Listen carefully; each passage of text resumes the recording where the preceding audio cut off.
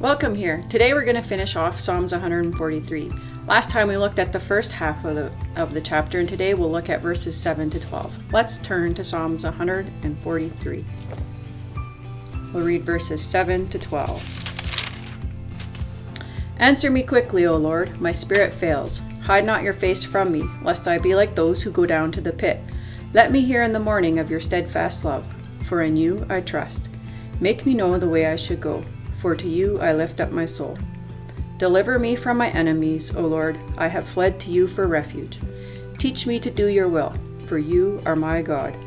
Let your good spirit lead me on level ground. For your name's sake, O Lord, preserve my life. In your righteousness bring my soul out of trouble, and in your steadfast love you will cut off my enemies and destroy all the adversaries of my soul, for I am your servant. So last time we learned that this was a lament of David. His troubles made him aware of his own sins, and yet he still begs on God's mercy. Let's look at these verses one at a time. He starts out, "Answer me quickly, O Lord." This means quickly pay attention. Respond quickly, O Lord, who needs nothing from me. You exist on your own. You're the one true God. Then David says, "My spirit fails. My emotions and the thinking inside of my head have left me utterly exhausted. I have come to the end of myself." He continues on, "Hide not your face from me. Don't hide your presence from me. Don't go away and conceal yourself from me. Lest I be like those who go down to the pit." That means, if you hide yourself from me, I'll be just like someone who has gone down and sunk into a prison, like a hole. I will be as destitute as someone laying at the bottom of a cistern. Let me hear in the morning of your steadfast love.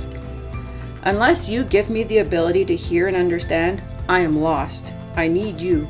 I need you to even have the power to hear.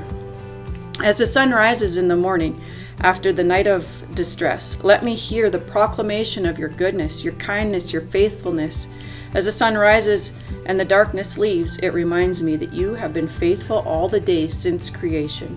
You are faithful, kind, and good. Help me to understand and hear the proclamation. David says, "For in you I trust." My confidence is in your character. You are my security. In you I feel safe. I am secure and careless in you. My hope and my refuge is in you.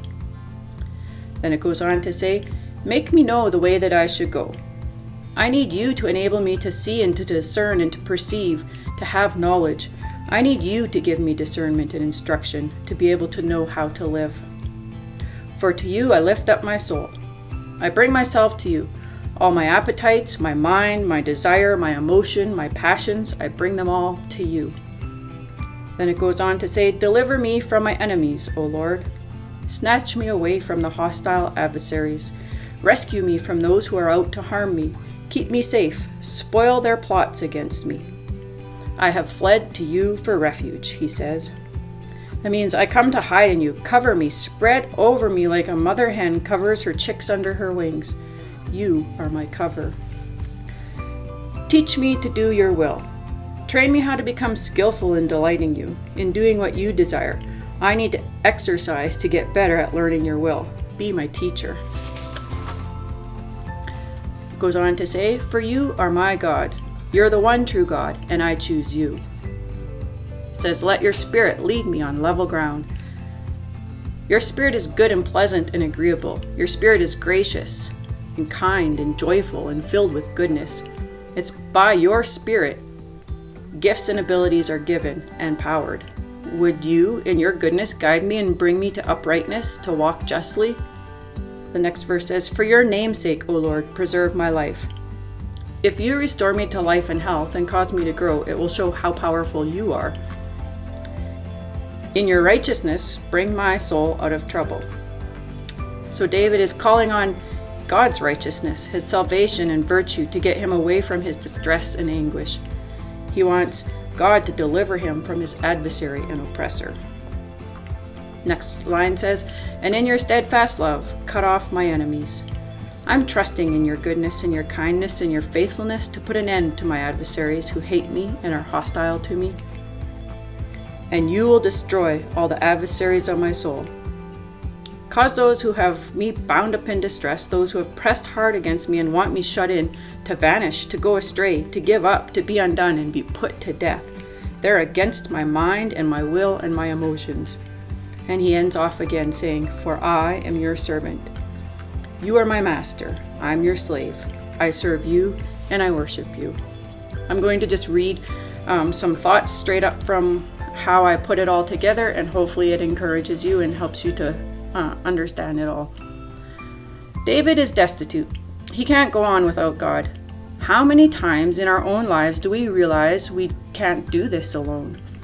We try harder to be better. We push through on our own strength rather than admitting we're utterly exhausted and feel like we're at the bottom of a pit. That pit is too deep and dark to climb out of ourselves. If we think that God has hidden himself from us and left us alone in the pit, we lose all hope. Like David, we need to cry out to the Lord. Whether we put our own selves in the pit or an enemy thrust us into the pit, we can't get out on our own strength. We need God to give us the ability to hear and understand how steadfast his love is for us. It is in God that we're secure. His character is where our confidence is. David brings his whole self to God. He knows he needs God's help to regulate his inner man. Like David, we all have enemies. As children of God, we have an adversary that doesn't stop. He's constantly against us. He's scheming ways to devour us. He prowls around like a lion, and he's after our heart, our emotions, and our mind and our physical bodies.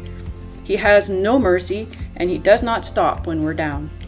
He goes on for the ones that we love, and he doesn't play fair.